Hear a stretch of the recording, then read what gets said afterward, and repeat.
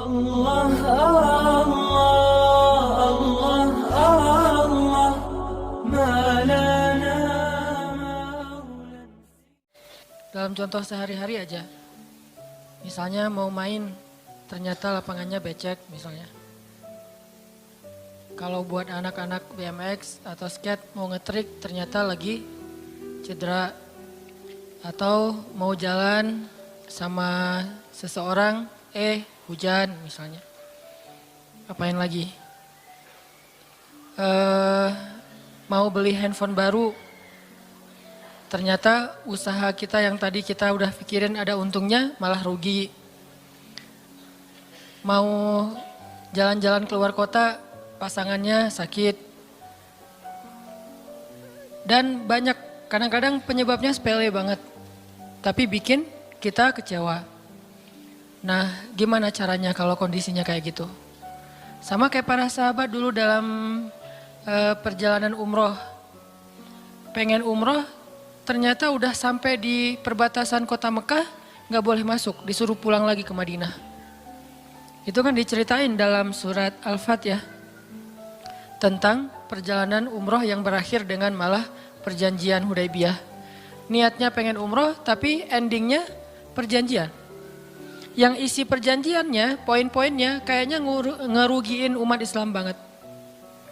Tapi kan Allah punya rencana dan rencana Allah pasti yang terbaik daripada rencana kita. Masalahnya gimana kita bisa ridho, bisa rela kalau kondisi itu terjadi dalam hidup kita. Kita sih yakin, ini adalah qadarullah, keinginan Allah. Tapi bikin kita yakin itu jadi berbuah, yakin itu kan kayak pohon ya.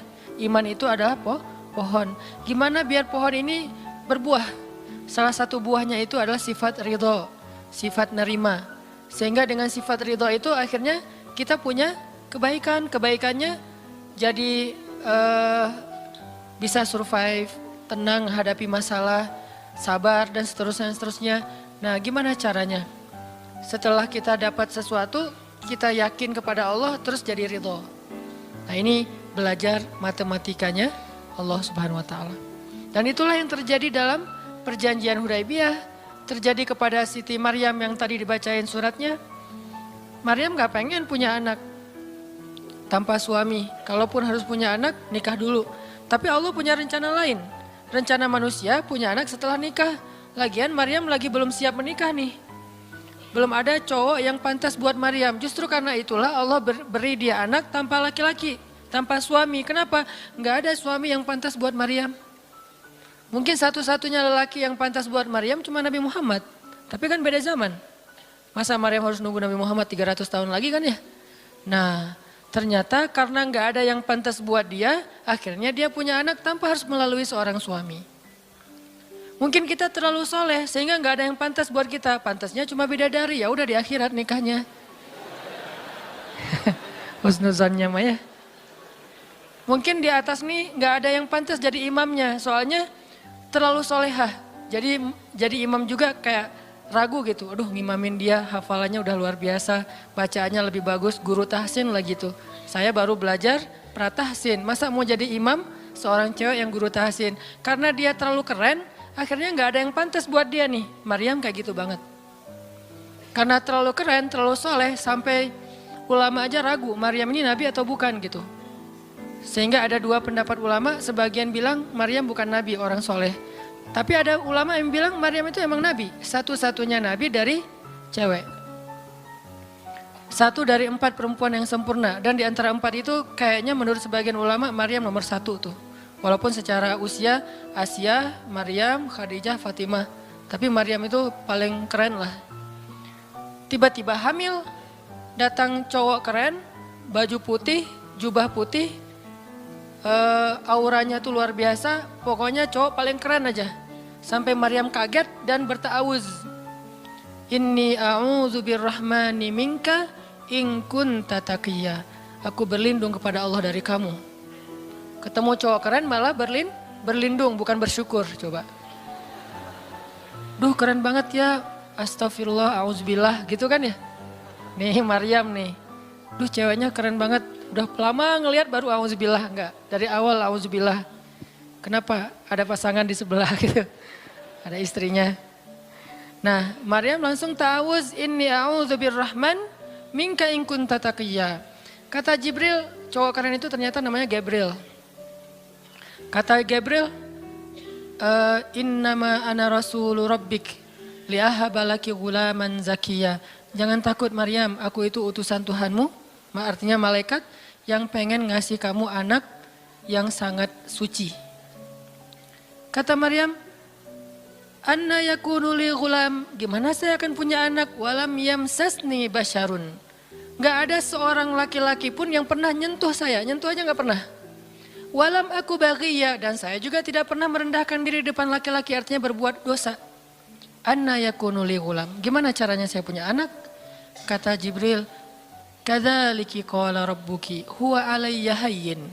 Itu udah kehendak Allah, kehendak Allah. Dan itu hayyin, mudah banget buat Allah Subhanahu wa taala. Sepele banget lah buat Allah. Fahamalat, tiba-tiba Maryam hamil. Fantabadat bihi makanan qasiyya. Karena Maryam malu ketahuan hamilnya, akhirnya Maryam pun pergi ke suatu tempat yang terpencil, qasiyya, Aqsa. Aqsa itu artinya tempat yang jauh. Masjidil Aqsa disebut Al-Aqsa karena dia jauh dari Masjidil Haram. Kalau Madinah kan dekat. Masjid yang paling mulia kan ada 3 itu ya, Mekah, Madinah, Palestina. Nah, dia disebut Aqsa karena tempatnya jauh. Makanan qasiyya, tempat yang sangat jauh, terpencil, nggak ada siapa-siapa. Fantabadat bihi makanan qasiyya. Fa'aja ahal makhadu. Tiba-tiba dia udah harus ngelahirin setelah sekian bulan, mungkin 9 bulan. Qalat, dia bersandar di sebuah pohon, kemudian dia berkata, ya laitani mittu qabla hadza wa kuntu nasyam mansiya. Dia kayak orang menyampaikan satu bentuk kalimat sedih, kayak kalau bahasa sederhananya kayak ngeluh gitu. Ya laitani mittu qabla hadza, aduhai seandainya aku mati aja daripada harus menanggung malu kayak gini. Maryam itu kan pemalu banget. Mahkota sifat malu itu dipakai banget sama Maryam. Makanya ketahuan hamil nggak punya suami, itu buat Maryam pukulan paling luar biasa, telak banget. Walaupun dia nggak berbuat dosa, tapi tetap aja orang kan ngata-ngatain dia. Ditambah lagi Bani Israel, tahu sendiri kan Bani Israel suka banget viralin fitnah. Ada apa? Viral langsung di Bani Israel teh. Maryam hamil di luar nikah, viral. Semua orang ngomongin mana Maryam. Terus rumahnya tuh dilemparin batu karena dianggap sebagai pembawa sial bagi Bani Israel. Dasar Maryam ngaku-ngakunya suci, sok suci segala macam. Sehingga Maryam bilang, ya laitani mittu qabla hadza. Aduhai seandainya saya mati aja sebelum ini terjadi pada saya. Sehingga saya menjadi orang yang tidak pernah dibicarakan oleh siapapun. Sedih. Berarti pengennya Maryam beda dengan pengennya Allah. Secara emosional, secara manusiawi, secara fitrah ada penolakan dan itu manusiawi. Maryam menolak. Begitu juga sahabat Muhajirin. Wa inna fariqam minkum lakarihun. Minhum lakarihun. Walaupun sebagian kalian itu dalam keadaan karih, menolak, nggak suka. Emangnya kita mau nerima musibah? Pasti kita nolak kan secara spontan, fitrah, manusiawi, nolak. Ya laitani mittu qabla hadza wa kuntu nasyan mansiya. Aduhai seandainya aku mati aja sebelum kejadian ini terjadi padaku, sehingga enggak ada orang yang ngomongin tentang aku. Jadi enggak ada trending topik tentang Maryam waktu itu. Dia berharap kayak gitu. Semua berita buka channel mana aja Maryam. Asal buka Instagram yang muncul duluan di home tuh Maryam. Viral banget, semua orang ngomongin Maryam. Sehingga Maryam bayangin, semua orang ngomongin kita se-Indonesia. Karena emang sebelumnya kan Maryam memang selebgram banget kan. Semua orang pengen nge-following Maryam. Jangankan yang cewek-cewek, yang cowok juga pengen nge-following Maryam. Cuman gak ada yang pantas. Semuanya kagum sama Maryam, respect. Tiba-tiba berubah, kalau gak naik, jatuh kan gak berasa nih. Kita gak naik jatuh, paling keseleo dikit. Tapi kalau naiknya udah terlalu tinggi jatuh, kan lebih sakit nih. Maryam tuh naiknya udah terlalu tinggi. Saking tingginya sampai Nabi menyebut dia satu di antara 4 yang sempurna di muka bumi. Gak ada perempuan yang sempurna kecuali 4 itu. Itu benar-benar dipuja-puja tuh Maryam. Pengen punya anak nanti namanya Maryam. Pengen punya istri kayak Maryam. Pengen punya ibu kayak Maryam. Pokoknya Maryam itu idola banget tuh di zaman tersebut. Bani Israel kalau suka lebaynya luar biasa, kalau benci, wah noraknya juga luar biasa. Itu Bani Israel. Berlebihan gitu. Kalau suka habis-habisan sampai dijadikan Tuhan kan dulu mereka pernah mengangkat seorang laki-laki yang soleh jadi Tuhan. Namanya Uzair. Namanya Uzair. Disebut sebagai anak Tuhan. Kemudian juga Isa juga gitu. Bani Israel tuh luar biasa kalau suka. Kalau benci, wah habis-habisan juga tuh dijelek-jelekin. Kayak mereka ngejelek-jelekin Musa, Harun. Kalau Harun gak terlalu sih Musa. Kayak mereka ngejelek-jelekin Nabi, malaikat apa? Mikail, malaikat Jibril. Kan Bani Israel paling gak suka sama Jibril ya. Jadi gak ada orang Yahudi nama anaknya Gabriel tuh gak ada. Rata-rata nama anaknya Michael. Karena mereka senang banget sama Mikail, gak suka sama Jibril. Kenapa? Jibril itu kalau turun pasti bawa perintah. Wahyu kan? Jibril mah hese, bawa perintah wae gitu. Bawel Jibril menurut mereka. Kalau Mikail keren, bawa rezeki, bawa rahmat, bawa apa. Sehingga mereka senangnya sama Mikail. Dibikinlah film Jin versus Gabriel. Malah nggak yang baik itu waktu itu Jin. Kan banyak tuh film-film kayak gitu tuh. Itu emang dari dulu kayak gitu. Nah Maryam naik tinggi, dipuja-puja semua orang. Maryam, kalau ketemu Maryam, fallback dong gitu-gitu pada. Wah pokoknya heboh aja sama Maryam. Tiba-tiba ada kasus, Maryam kan jatuhnya dalam banget. Sehingga Maryam tuh nggak siap perasaannya. Bukan karena dia sombong dan senang dipuja. Tapi memang dia orang yang selama ini nggak melakukan kesalahan apapun. Tiba-tiba dihadapkan dengan tuduhan yang sangat-sangat menyedihkan. Mirip dengan yang dialamin oleh Aisyah dituduh selingkuh. Orang sekelas Aisyah dituduh selingkuh kan berat banget. Kita aja dituduh macam-macam udah wah sedih kan, apalagi Aisyah. Sekelas Aisyah yang terjaga dituduh selingkuh. Maryam terjaga dituduh selingkuh. Ternyata diam-diam Maryam banyak banget ada versi gosip dia melakukannya dengan rahib. Ada yang gosip melakukannya sesama murid di Al-Aqsa, ada gosip melakukan dengan Zakaria, banyak gosip. Berat banget buat Maryam, sehingga Maryam mengatakan, ya laitani mittu qabla hadza wa kuntu nasyan mansiya. Aduhai seandainya aku mati aja. Aduhai seandainya dulu aku gak bikin akun Instagram, pasti gak akan jadi apa-apa gitu. Nyesel udah punya akun. Udah gitu banyak lagi yang ngomongin, akhirnya turun ayat. Turun lagi Jibril. Turun malaikat. Fanadaha min tahtiha alla tahzani qad ja'ala rabbuki tahtaki sariyya. Dipanggillah Maryam oleh malaikat itu. Ya Maryam, la tahzani. Kalau Abu Bakar, la tahzan. Kalau Maryam, la tahzani. Dua orang yang disebutkan kalimat la tahzan di dalam Al-Quran. La tahzan, innallaha ma'ana. Siapa? Abu Bakar. Kalau Maryam, la tahzani, qad ja'ala rabbuki tahtaki sariyya. Jangan sedih wahai Maryam, gak usah khawatir.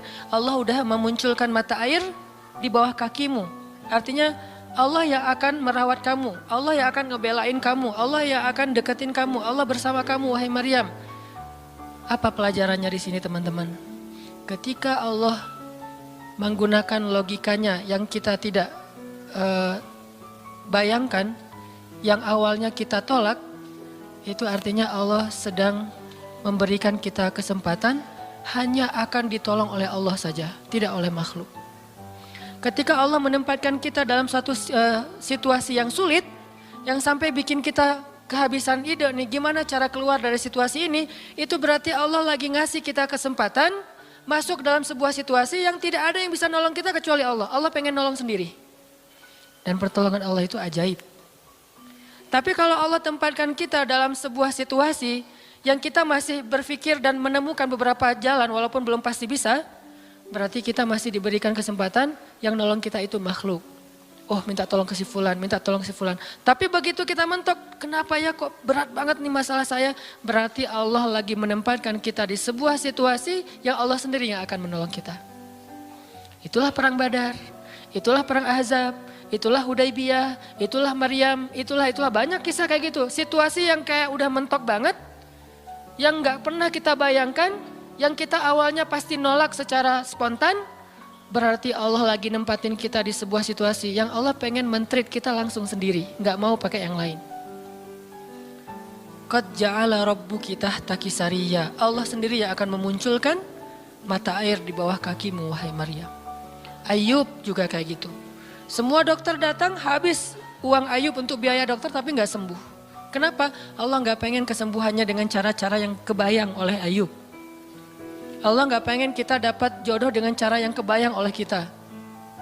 Reunian, stalking Instagram, salah ngambil kebab. Pokoknya yang kebayang sama kita itu nggak akan. Kenapa? Allah pengen ngasih kita cara yang cuman Allah sendiri yang tahu dan itu surprise. Dan itu istimewa banget. Apa itu? Kalau saya tahu berarti bukan surprise kan? Tunggu aja, masing-masing punya rahasia sendiri-sendiri. Dan ini yang bikin kita terus berharap. Sehingga Maryam tiba-tiba ngelihat di bawah kakinya sama Isa udah ada mata air. Minumlah dari mata air itu. Terus kata Allah, وَهُزِّي إِلَيْكِ بِجِذْعِ النَّخْلَةِ تُسَاقِطْ عَلَيْكِ رُطَبًا جَنِيًّا. Ya Maryam, goyangkan pohon kurma yang ada di sebelahmu. Kan dia tadi bersandar di pohon kurma pas ngelahirin. Terus disuruh goyangin tuh pohon kurma. Saya pernah bilang, bayangin gimana seorang perempuan yang baru ngelahirin, yang lagi lemah disuruh goyangin pohon kurma. Pohon kurma itu ukuran diameternya sebesar meja ini nih. Lebih besar daripada diameter pohon kelapa. Bayangin, ngegoyang pohon kurma sebesar ini, seorang perempuan, goyang gak tuh pohon? Gak bakal, laki-laki aja gak goyang, apalagi sendiri. 10 orang laki-laki aja ngegoyang pohon kurma segede ini, belum tentu goyang. Goyang aja enggak, apalagi sampai ngejatuhin buah kurma. Kalau buah kurma yang udah tua jatuh masih mending, ini yang muda jatuhnya tuh. Berarti kan goyangnya lumayan tuh. Berapa skala Richter ya? Yang muda jatuhnya rutoban janiya, bukan korma yang tamar, yang udah tua, yang udah emang dihembus juga pakai angin jatuh enggak. Wahuzzi, goyangkan pohon kurma itu ya Maryam. Apakah Maryam berpikir Allah kalau ngasih perintah yang logis deh? Enggak kan? Kan Allah tahu ini pohon kurma dan saya baru ngelahirin, masa disuruh goyang? Enggak. Logika kayak gini, pertanyaan kayak gini enggak muncul dari orang yang udah pasrah banget sama Allah, yakin kalau Allah yang perintahkan lakukan aja deh. Gak usah tanya gimana nanti hasilnya, itu bagian Allah, bagian kita ngelakuin apa yang Allah perintahin, disebut dengan ikhtiar. Kadang-kadang ikhtiarnya gak nyambung dengan hasil, tapi Allah suruh, ya udah lakuin aja. Maryam pegang tuh pohon, baru digoyang dikit udah langsung berguncang. Tusakit alaiki, jatuhlah, bukan jatuh, berjatuhanlah, berarti banyak nih. Berjatuhanlah untukmu rutoban janiya, buah-buah kurma yang masih muda tapi manis. Artinya apa? Hasilnya Allah yang pilih. Kurma yang mana yang mau jatuh, dengan rasa apa yang mau jatuh, yang jaraknya sekian dari tempat duduknya yang Maryam yang akan jatuh. Allah yang menentukan hasil, tugasnya Maryam cuma ngegoyangin dong walaupun gak mungkin akan terguncang. Ini iman, belajar iman. Allah yang suruh ya sudah saya lakukan. Allah suruh ikhtiar ya saya ikhtiar, Allah suruh berobat ya saya berobat. Tapi hasilnya Allah yang nentuin kayak gimana caranya. Akhirnya rutoban janiya berjatuhan. Kata Allah, fakuli washrobi wa qarri aina. Makanlah Maryam, minumlah Maryam dan bersenang hatilah kamu dengan semua ini. Sehingga kata Nabi komen setelah baca ayat ini nih. Nabi komen. Komen Nabi apa? Korma dan manusia itu ada hubungan sejarah. Diciptakan dari jenis tanah yang sama. Jadi pohon-pohon lain itu jenis tanahnya beda. Cuman satu yang mirip dengan manusia jenis tanahnya korma. Sehingga salah satu yang cepat merecovery seorang perempuan yang baru ngelahirin adalah makan rutoban janiya, korma yang yang muda tapi manis. Jangan dikasih ke bayinya ya, keselak, bahaya. Kasih ke ibunya. Kalau ke bayinya tamar, korma yang udah tua, terus dikunyah sama bapaknya dengan syarat bapaknya udah gosok gigi. Jangan habis makan bala-bala, cengek, makan kurma kasih ke bayi. Kasih ke bayi yang tua, kasih ke ibunya yang muda. Dan itu cepat merecovery seorang perempuan. Kata Nabi di situ ada obat dari penyakit. Intinya teman-teman, kayak gitu ternyata cara Allah. Ini logika Allah nih. Sehingga ketika kaum muslimin, balik lagi ke surat Al-Anfal, dihadapkan dengan satu pilihan yang mereka nggak pernah ngebayangin dan secara spontan karihun menolak, maka Allah Subhanahu wa taala menyampaikan kenapa Allah memilih itu. Karena kata Allah, tujuan dalam pencegatan ini bukanlah mengambil harta, tetapi untuk menunjukkan mana yang benar, mana yang batil.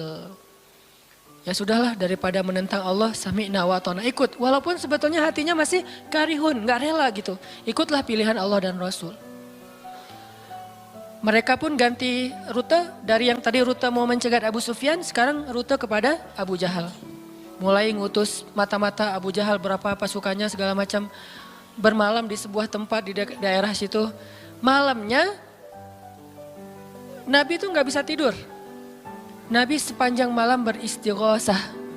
Jadi istighosah itu teman-teman salah satu di antara sunnah-sunnah Nabi SAW. Apa istighosah artinya? Doa yang sangat lama. Nabi malam itu sama Abu Bakar berdua gak tidur. Yang lain pada tidur kan besok mau perang nih. Malam ini mereka tidur, besok mau tanding aja disuruh tidur kan ya. Apalagi besok mau perang. Tidur, wajib tidur. Yang belum tidur pokoknya pura-pura tidur. Tidur aja. Kayak kita besok mau akad kan harus tidur ya. Walaupun susah tidurnya.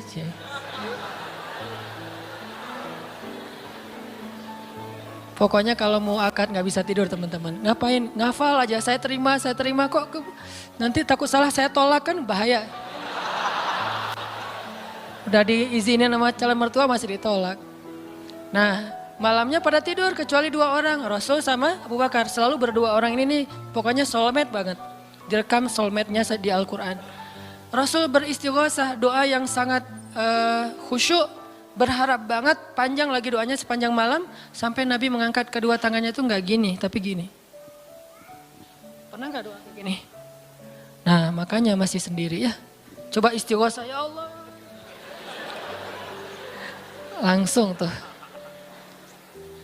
Jadi kalau doa jangan gini doang, apalagi gini santai. Sesekali doa, Allah. Ternyata belum, naik lagi santai mungkin. Dan itu ada sunnahnya, Nabi berdoa dengan, kan Nabi berdoa kadang mengangkat tangan, kadang tidak mengangkat tangan. Kayak doa sehari-hari misalnya angkat tangan kan ya. Kayak mau makan misalnya, Bismillahirrahmanirrahim amutu wa ahya. Allahumma barik lana gitu ya. Kan gak harus ngangkat tangan. Sarewai ini. Nah udah kadang Nabi doanya gini, nelunjuk. Bukan perintah Allah, ya Allah kasih lo ya, enggak. Nelunjuk dengan filosofi Arab sama filosofi Indonesia beda. Makanya jangan menerjemahkan teks Arab dengan konteks kita, dengan persepsi kita. Terjemahkan dengan persepsi bahasa sendiri. Apa sih maksudnya? Gitulah. Jadi di Arab tuh kalau gini bukan merintah. Gini tuh artinya cuma engkau yang saya harapin ya Allah gitu maksudnya. Jadi kalau ya Allah itu maksudnya engkau doang yang saya harapin, iya karena budua iya karena selain gitu. Bukan ya Allah pokoknya harus ya, bukan. Kalau kita pakai dengan logika kita kan kok doa sih gak sopan sama Allah kayak gitu-gitu amat. Kalau ke manusia mungkin gitu agak kurang sopan. Kalau ke Allah sopan. Bisa gini, bisa biasa aja, bisa gini. Gini juga ada beberapa level. Ada yang gini sampai ke paling atas. Biasanya yang paling atas tuh bab jodoh sih. Kalau bab kuliah masih gini, kerja, giliran jodoh paling tinggi. Apalagi kalau udah jodohnya balikan sama mantan. Itu kayaknya naik kursi. Lebih tinggi lagi. Jadi malam itu Nabi beristighosah sampai syal beliau jatuh, nangis, janggut beliau basah dengan air mata, nangis panjang malam, ya Allah jika besok kami kalah perang, terbunuh semua, mungkin di muka bumi ini gak akan ada lagi orang yang menyebut la ilaha illallah. Abu Bakar ngambil rida syalnya Rasul ditaruh lagi cukup bagimu ya Rasulullah, cukup ya Rasulullah. Allah udah mendengar. Abu Bakar menenangkan Rasul, tapi Rasulullah terus saja gitu. Kayak kita lagi doa kata teman, udah Allah udah dengar, taruh dulu. Kalau kita mah gitu ya. Nah, tapi jangan dibayangin gitu, Rasulullah pasti khusyuk banget gak kayak kita. Udah selesai berdoa, pagi-pagi sahabat riuh. Innalillah gitu. Kalau kita kan innalillah pasti ada yang meninggal ya. Siapa yang meninggal? Enggak, innalillah itu musibah, enggak harus selalu orang meninggal. Ya Rasulullah maafkan kami. Kenapa? Ternyata sebagian para sahabat malam itu digoda oleh syaitan sehingga semua pada mimpi basah, maaf. Tapi kayak gitu emang sejarahnya. Bukan semua, sebagian besarnya mimpi basah. Sehingga pas bangun mereka dalam keadaan junub, kotor, tidak suci, tapi enggak ada air. Untuk wudhu aja kurang, apalagi untuk mandi. Dan mandi junub kan harus semuanya. Sedangkan besok mereka mau berperang melawan musuh dalam keadaan tidak suci. Ini kayak pertanda buruk gitu. Dan mereka merasa mentalnya makin drop. Tiba-tiba Allah beri ketenangan buat mereka. Turun air hujan. Malam itu hujan turun. Hujannya hujan lokal lagi. Camp kaum muslimin hujan. Camp orang kafir enggak? Hujan. Nyebrang-nyebrang. Hujan enggak. Yang mainnya di Indonesia gitu. Di camp kaum muslimin hujan. Di campnya orang kafir enggak hujan. Akhirnya pada mandi. Alhamdulillah, Allah Akbar. Itu nanti ada ayatnya setelah itu. Coba nanti baca lagi halaman kedua. Ketika ada adegan hujan segala macam. Itu ceritanya kayak gitu. Akhirnya makin mantap, alhamdulillah bisa mandi, wudhu, minum. Baru mereka yakin bahwa ini adalah benar-benar perintah Allah. Nah hidup kita tuh kalau kita ngejalanin hal-hal kayak gini, kita bakalan kayak lagi jalan bareng Allah.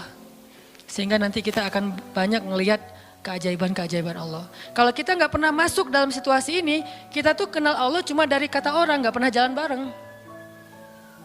Kita kayak kenal seseorang, tapi kata teman kita. Cuma lihat postingannya doang, tapi nggak pernah jalan bareng, jadi nggak kenal dekat gitu, dan nggak akan dapat feel.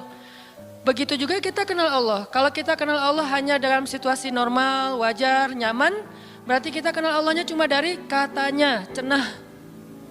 Nggak pernah ngalamin sendiri. Begitu kita dihadapkan dengan situasi kayak gini, berarti kita lagi diajak Allah jalan bareng. Yuk jalan bareng saya, siap ya Allah. Hah? Banyak kejutan-kejutan, banyak yang bikin kita kaget. Kenapa? Karena kita jalannya dengan zat yang maha kuasa. Dia akan tunjukin kekuasaan-kekuasaannya. Dan kekuasaan Allah yang paling luar biasa ditunjukin justru dalam kesulitan. Kalau dalam normal nggak luar biasa namanya. Kayak kita sama teman kita. Dia ngasih kita hadiah atau pinjam duit 100.000 pas kita lagi awal bulan. Kan biasa aja ya. Coba kalau dia pinjemin duit 50.000 pas akhir bulan. Kan luar biasa kan? Jadi makin kita sulit, Allah tunjukin kekuasaannya, di situ kita makin lihat gimana kita tuh bergantung banget sama Allah. Emang Allah bikin skenario-nya kayak gitu. Sehingga kalau kita teman-teman dihadapkan atau dikondisikan sama Allah dalam suatu keadaan yang kita nggak siap, yang kita nolak, yang kita berontak, tapi di sisi yang lain kita yakin ini ketentuan Allah, belajar meyakini, oh Allah lagi ngajak saya jalan nih. Allah lagi ngajak saya jalan biar lebih kenal sama Allah. Biar Allah nunjukin langsung. Satu. Kedua niatin juga, oh Allah pengen memperlakukan saya khusus. Gak mau pakai yang lain. Berdua aja biar Allah yang menolong saya. Karena udah gak bisa ngarap siapa-siapa. Allah